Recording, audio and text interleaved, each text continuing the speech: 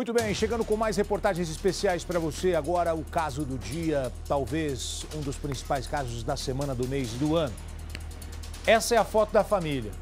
Uma foto linda. Pai, a mãe, 2 filhos. Pai enfermeiro, a mãe cabeleireira e os 2 filhos pequenos. Um garoto de 14 anos e um menininho de 3.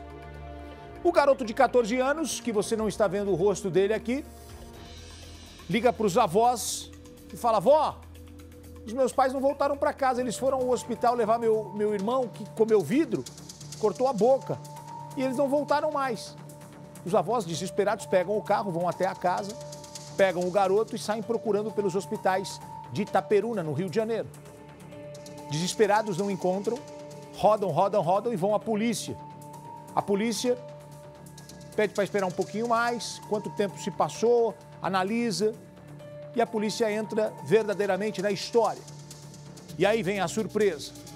Quando os policiais entram na história e começam a fazer uma varredura na região e vão à casa da família, o menino confessa que matou o pai, a mãe e o irmão. Uma tragédia que abalou o Brasil nesta quarta-feira.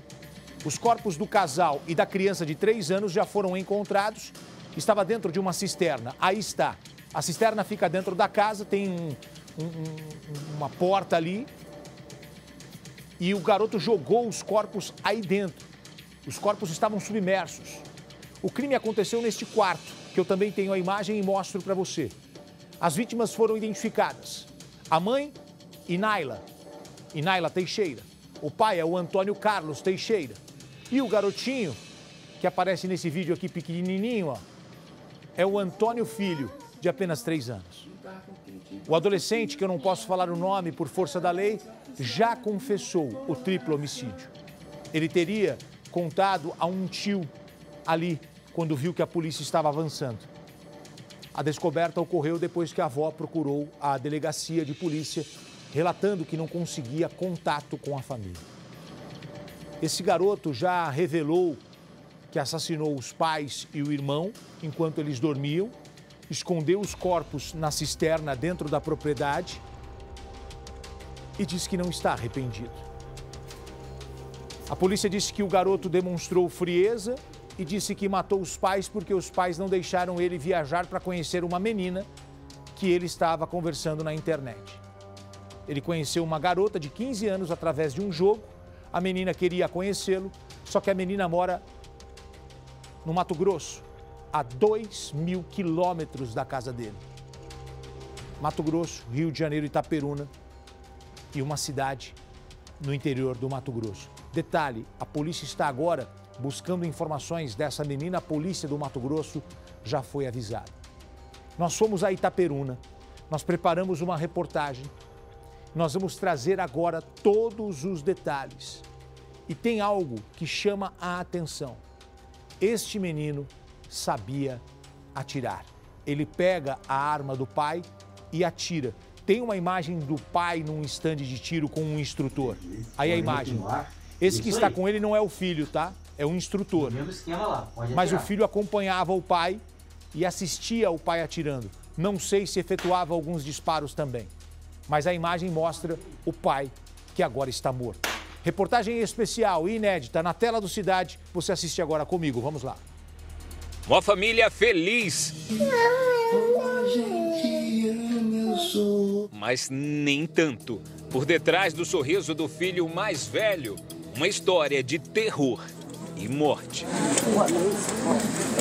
Em meio a um caso de desaparecimento, a confissão que mudaria toda a investigação. Confessou numa boa, confessou tranquilamente, que fez de uma maneira até fria, para nós que temos bastante experiência nisso aí, nesse tipo de ocorrência, e ele disse não estar arrependido. Pai, mãe e o filho caçula foram encontrados mortos no quintal da casa em que moravam. O assassino, o primogênito da família. Eu perguntei para ele qual seria a motivação para isso tudo aqui. Ele é o fato dos meus pais não aceitarem um relacionamento que eu tinha. Um casal feliz. O enfermeiro Antônio Carlos e a cabeleireira Inália moravam com os filhos em Itaperuna, no interior do Rio de Janeiro. Nas redes sociais, a relação entre pais e filhos parecia amorosa. Inália se declarava para o marido e os filhos. Mas quando foi que tudo isso mudou? A família simplesmente desaparece. O pai, a mãe e o filho caçula. O filho mais velho, no dia seguinte, é que dá o alerta para o restante da família. Procura a avó e diz que os pais não voltaram para casa depois de socorrer o filho mais novo. Segundo o primogênito, o Toninho, apelido do filho mais novo, teria ingerido acidentalmente cacos de vidro.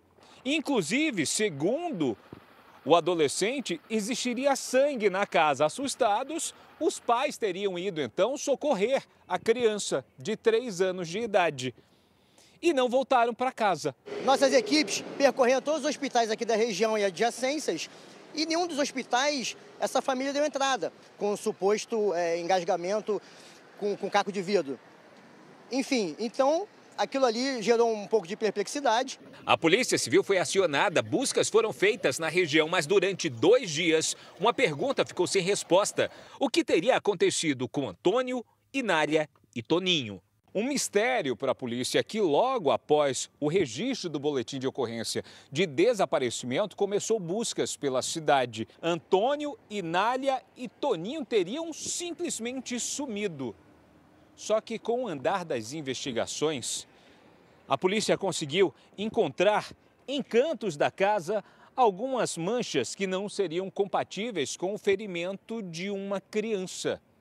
E a partir daí, começaram a levantar dados que pudessem levar os policiais até a resposta desse mistério. Falaram em sangue, nós já acionamos a perícia para a residência. Então, quando a perícia chegou ao local com as equipes daqui da delegacia, verificaram que a quantidade de sangue existente no local era bem compatível, muito superior do que um simples acidente doméstico, né?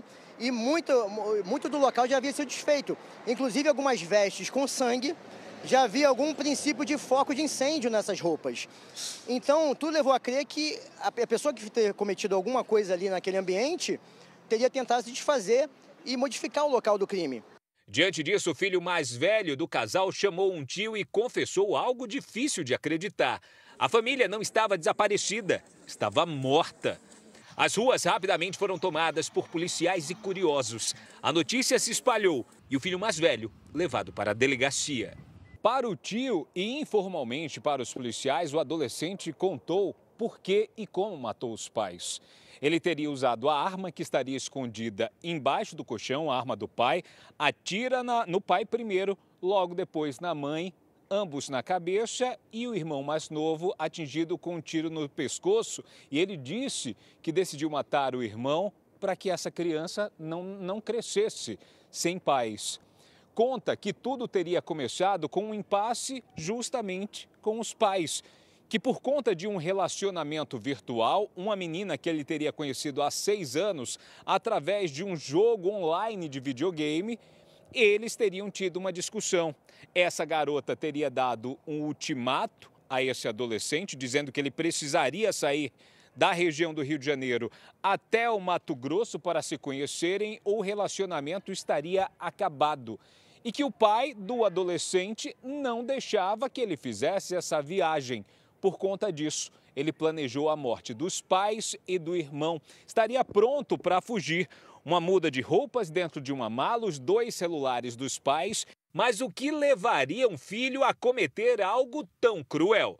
E temos também uma outra suposta motivação, que verificamos que ele estava pesquisando como fazer para receber FGTS de falecido. E nos disse que o pai dele teria uma quantia de cerca de R$33 mil para receber de FGTS. Então, até que ponto a motivação seria uma ou outra, ainda não está definida. Um adolescente de 14 anos seria capaz de agir sozinho? É perfeitamente possível que um garoto de 13, 14 anos consiga fazer o uso de uma arma, se tiver alguma experiência anterior. Não há necessidade de uma força física que um garoto de 13 anos não consiga, desde que saiba manusear, fazer o uso e fazer um disparo de arma. Tampouco não se pode duvidar da capacidade de um adolescente de fazer a articulação de um crime dessa gravidade. Polícia continua as investigações para saber se o adolescente infrator agiu sozinho ou não, ou se foi induzido por alguém. Inicialmente está respondendo por triplo homicídio, duplamente qualificado, né? Porque é recurso que impossibilitou a defesa das vítimas, estavam dormindo, né? E também utilização de arma de fogo, tá? E motivação fútil. Mas o problema é que ele vai ficar no máximo 3 anos e vai sair ficha limpa, sem o pai, sem a mãe, sem o irmãozinho. Essa história vai ganhar o Brasil a partir de agora. A Cidade Alerta trouxe em primeira mão hoje aqui, 4h20 da tarde, a gente já estava com esse assunto no ar aqui. Meu Deus do céu, um assunto de comoção nacional.